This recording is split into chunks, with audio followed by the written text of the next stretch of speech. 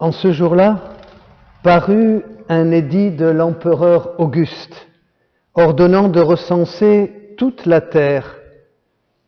Ce dernier recensement eut lieu lorsque Quirinius était gouverneur de Syrie, et chacun allait se faire inscrire dans sa ville d'origine. Joseph lui aussi quitta la ville de Nazareth en Galilée pour monter en Judée, à la ville de David, appelée Bethléem, car il était de la maison et de la descendance de David. Il venait se faire inscrire avec Marie, son épouse, qui était enceinte. Or, pendant qu'ils étaient là, arrivèrent les jours où elle devait enfanter, et elle mit au monde son fils premier-né. Elle l'emmaillota et le coucha dans une mangeoire, car il n'y avait pas de place pour eux dans la salle commune. Dans les environs se trouvaient des bergers qui passaient la nuit dans les champs pour garder leurs troupeaux. L'ange du Seigneur s'approcha, et la gloire du Seigneur les enveloppa de sa lumière. Ils furent saisis d'une grande crainte. Mais l'ange leur dit, « Ne craignez pas, car voici que je viens vous annoncer une bonne nouvelle, une grande joie pour tout le peuple. Aujourd'hui vous est né un sauveur dans la ville de David. Il est le Messie, le Seigneur. Et voilà le signe qui vous est donné. Vous trouverez un nouveau-né emmailloté et couché dans une mangeoire. » Et soudain, il y eut avec l'ange une troupe céleste innombrable qui louait Dieu en disant « Gloire à Dieu au plus haut des cieux et paix sur la terre aux hommes qui l'aiment. » Si vous voulez bien avec moi, « Gloire à Dieu au plus haut des cieux et paix sur la terre aux hommes qui l'aiment. » On va élever les bougies un petit peu. Acclamons la parole de Dieu.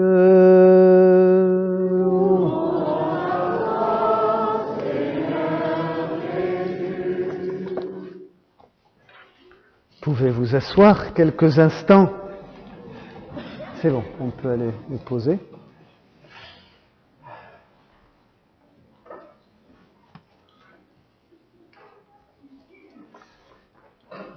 Chers amis, d'abord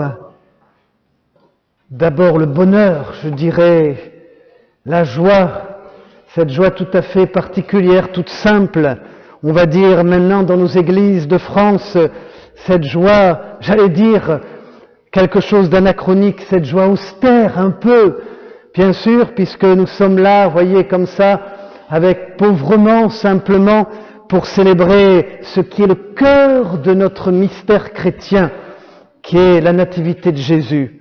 C'est beau, voyez, la nativité, quel que soit le style, quelle que soit l'ambiance. Si je devais un peu commenter cette veillée, d'abord je vous remercie beaucoup pour votre, vous avez été très attentifs pendant cette veillée. Et alors je dirais, c'était beau, et en même temps, vous voyez, dans les textes qui ont été si bien préparés, il y avait comme quelque chose, non pas de triste, quelque chose de réaliste, d'authentique. L'amour, mais l'amour n'est pas aimé, vous vous souvenez, la paix, mais la paix, il n'y en a pas, il n'y en a pas vraiment autour de nous, il y en a un peu dans nos familles, soyons généreux, mais pas toujours, il n'y en a pas toujours dans notre cœur. L'espérance, mon Dieu, l'espérance, quelle belle vertu, quelle grande vertu, qui d'entre vous espère? Qui d'entre vous est habité par cette espérance qui brûle son cœur et qui fait qu'aujourd'hui il est prêt à tout pour vivre de Dieu, pour annoncer le Christ, pour le proclamer, pour le dire joyeusement, au point d'être ridicule, d'être montré du doigt, de perdre sa place professionnellement. Pardonnez-moi, c'est ce qu'on vit, voyez. Si je peux me permettre ce petit témoignage, moi qui arrive depuis à peine 1 an et demi, 2 ans, donc d'une pays de mission, évidemment, où la culture chrétienne était, je dirais, continue. Donc je retrouve mes racines françaises et je vois, vous voyez, c'est vrai, ce milieu, ce cadre où il faut s'infiltrer courageusement, avec audace, pour vivre sa foi.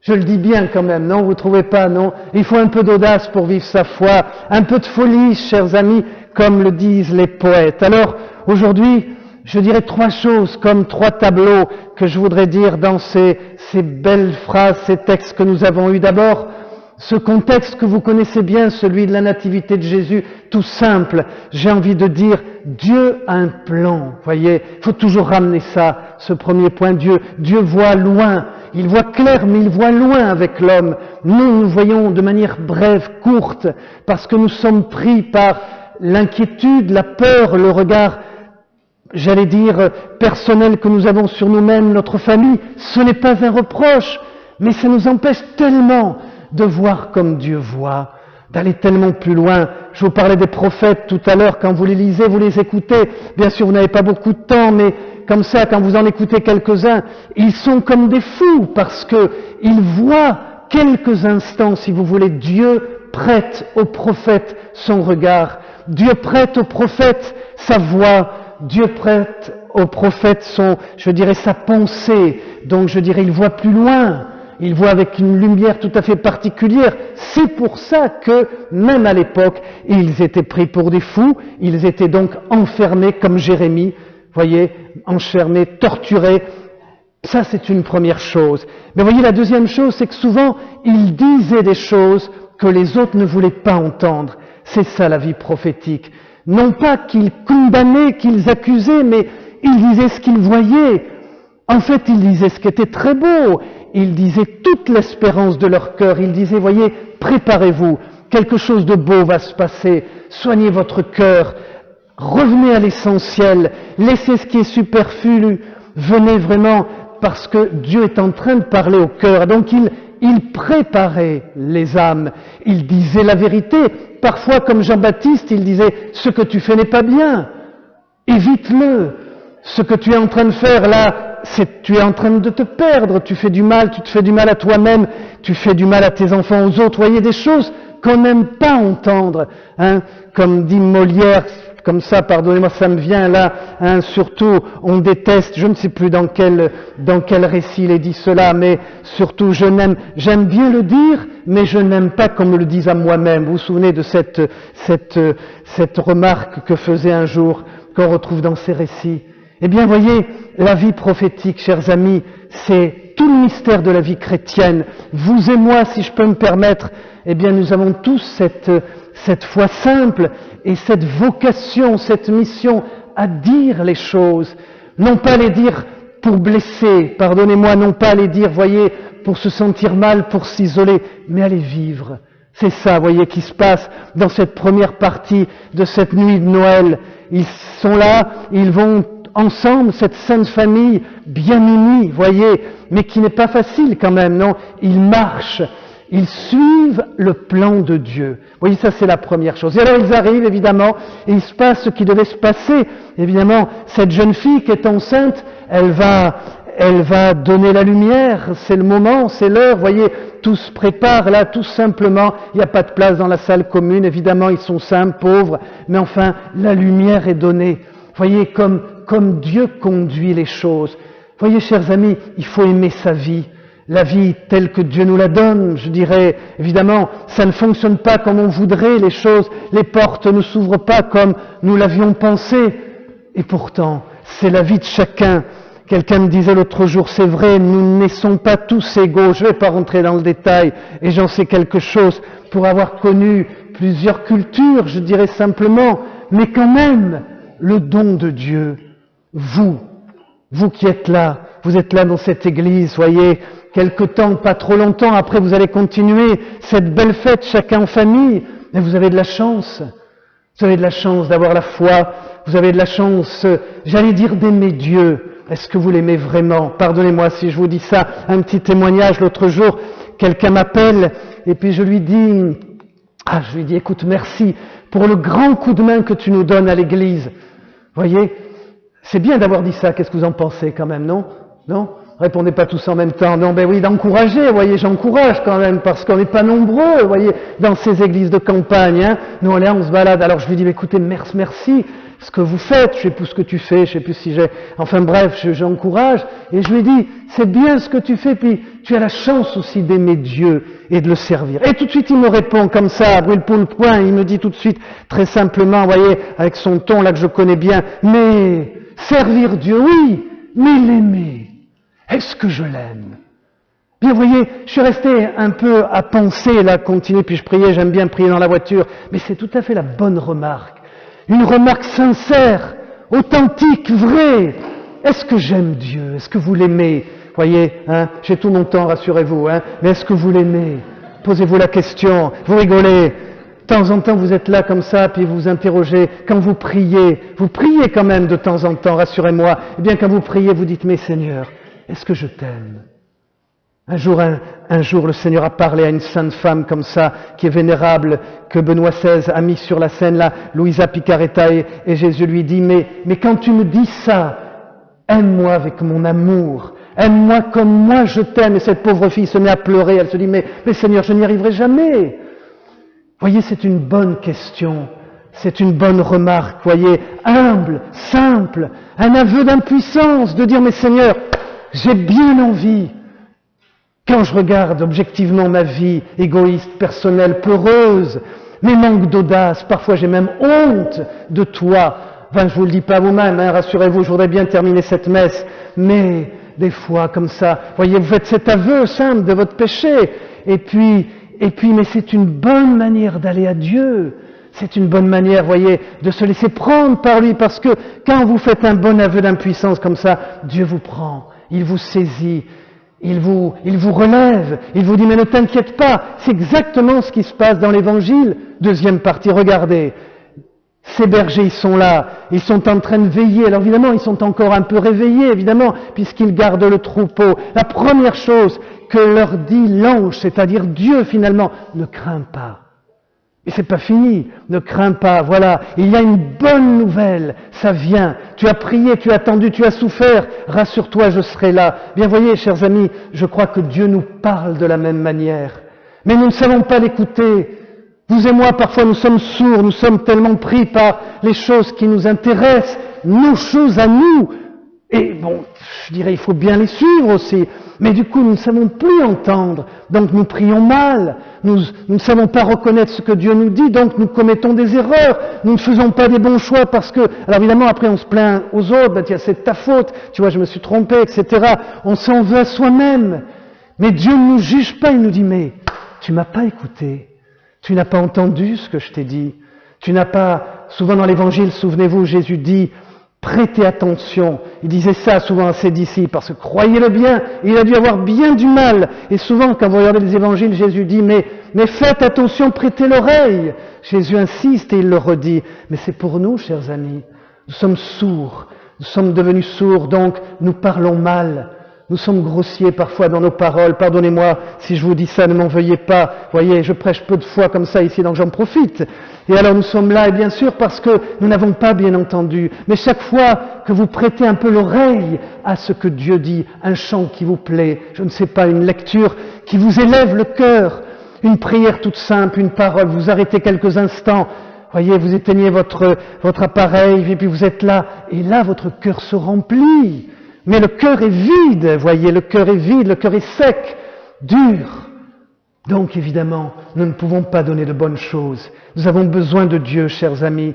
Nous avons besoin de lui infiniment plus que ce que vous ne pouvez penser.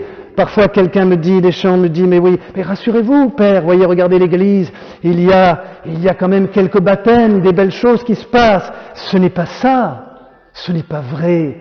Je ne crois pas, chers amis, à un optimisme bon marché qui nous ferait du bien. Je crois à l'amour de Dieu qui nous presse.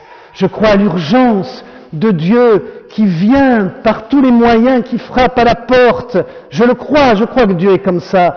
Quelqu'un me dit, mais je n'y crois pas. L'autre jour, permettez-moi ce petit témoignage, je rencontre une dame âgée dans un supermarché très âgée, l'âge noble. Et alors elle marchait difficilement. Et là, moi j'étais enroulé avec mon écharpe. Et alors je lui parle, j'en profite, faut bien dire quelque chose de l'éternité. Et je lui dis, je vais vous aider à porter vos bagages, et puis rassurez-vous ma bonne dame. Enfin, je sais pas, j'étais pas très inspiré, vous voyez, on l'est pas toujours, hein. Et alors je lui dis, écoutez, voyez, écoutez comme ça, voyez, croyez-le bien, Dieu est avec nous, heureusement il nous aide. Je lui dis quelque chose comme ça. Et alors elle me regarde dans les yeux, avec ses yeux sincères, francs, elle me dit, mais ça, c'est des paroles de curé, elle me dit. Elle ne savait pas, j'avais une écharpe, vous voyez, comme ça. Comme quoi, je vous dis ça, ce témoignage, parce que nos paroles, même une parole d'espérance, une parole de foi, une parole simple, voyez, ne vous en privez pas, chers amis, même si la personne n'entend pas, n'écoute pas, ne vous en privez pas, parce que Dieu s'aime. Dieu s'aime parce que vous êtes, par le bien que vous faites. Et je termine par ça, mon dernier point. Peut-être la plus belle parole, celle de Saint Paul. Quand Saint Paul dit, voyez cette deuxième lecture, c'est magnifique, il revient sur l'essentiel, il dit, mais vous êtes rachetés de vos fautes, vous êtes purifiés, vous êtes purs pour faire un peuple ardent à faire le bien. Chers amis, priez l'Esprit Saint ce soir. Prenez, comme le faisait François d'Assise, il était pris pour un fou. C'est pour ça que je l'aime bien, parce que de temps en temps, il prenait l'enfant. Vous savez que François d'Assise est le fondateur de la crèche, ça vient de lui. Hein. C'est lui qui a créé, il a eu cette intuition. Et alors, il prenait l'enfant Jésus comme ça, il dansait devant ses frères. Et même ses frères avaient honte. Même ses propres frères franciscains disaient, mais François, écoute, arrête, pourquoi tu danses? Et toute la nuit, il dansait et il pleurait. Il pleurait parce que peut-être il n'arrivait pas à rentrer la joie. Il pleurait non pas une espèce de mélancolie, voyez, sentimentale. Il pleurait parce qu'il voyait le monde sans Dieu, le monde privé de Dieu. Mais il se disait, mais il y a tellement de joie dans le cœur de Dieu et le monde n'en profite pas. Il y a tellement de bonheur dans cet enfant que j'ai dans mes bras, cet enfant qui veut donner au monde et personne n'en veut. Alors je vous le demande, est-ce que vous vous en voulez? Pardonnez-moi si je vous pose cette question, vous allez me dire, mais alors qu'est-ce qui lui prend? Je me le demande à moi, je m'interroge aussi, est-ce que j'ai envie de Dieu pour qu'il soit tout? Pour être, je prends cette belle phrase de Saint Paul, retenez-la, être un peuple ardent à faire le bien, ardent, voyez, l'ardeur vient de la ferveur vient du zèle, et je ne crois pas qu'il y ait beaucoup de chrétiens encore qui aient ce zèle, ou en tout cas, il se perd, voyez, un petit peu, cette ferveur qui fait que le matin vous vous réveillez, vous avez envie de Dieu, vous avez envie de le remercier, vous avez envie de le louer, le soir vous vous couchez, vous avez encore une pensée à lui parce que vous vous dites, vous regardez votre famille, vos enfants, vous regardez autour de vous, votre travail, vous dites, mais quand même, c'est extraordinaire, tout ça c'est Dieu, tout ça c'est Jésus, tout ça c'est lui, ça vient de lui, même si j'en ai douté, même si combien de fois j'ai blasphémé, parce que nous blasphémons quand nous mettons en doute la providence de Dieu, quand nous oublions ce qu'il nous a donné. Alors chers amis, ce soir, vous allez vous retrouver ensemble, sans doute vous allez bien dîner, fêter avec les enfants, c'est beau, il y aura de la lumière. Pensez à lui. Pensez à Jésus. Peut-être s'il est là dans la crèche, s'il n'est pas trop petit, prenez-le comme ça quelques instants. Faites venir les enfants, puis dites-lui merci, dites-lui des paroles qui viennent de votre cœur. Rendez grâce à Dieu. Croyez-le bien. Toutes ces prières, toutes simples, tous ces gestes, Dieu les aime. Dieu n'est pas insensible. Il n'est pas là les bras croisés là-haut comme ça à nous regarder, voyez, à nous épier ou à comptabiliser nos bonnes œuvres. Dieu voit ce qu'il y a de sincère dans nos cœurs. Soyons avec lui, chers amis, ce soir et tous les jours de cette semaine. Rendons grâce à Dieu et remercions-le d'être avec nous.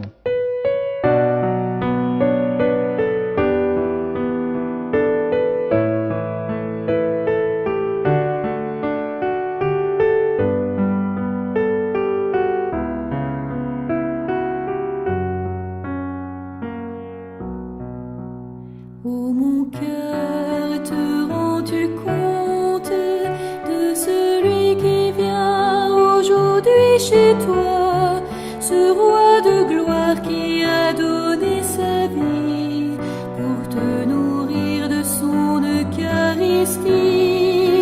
Ô mon cœur, te rends-tu compte qu'il n'est là rien que pour toi? Jésus, hâte-toi de venir pour me transformer en toi. Je veux être une hostie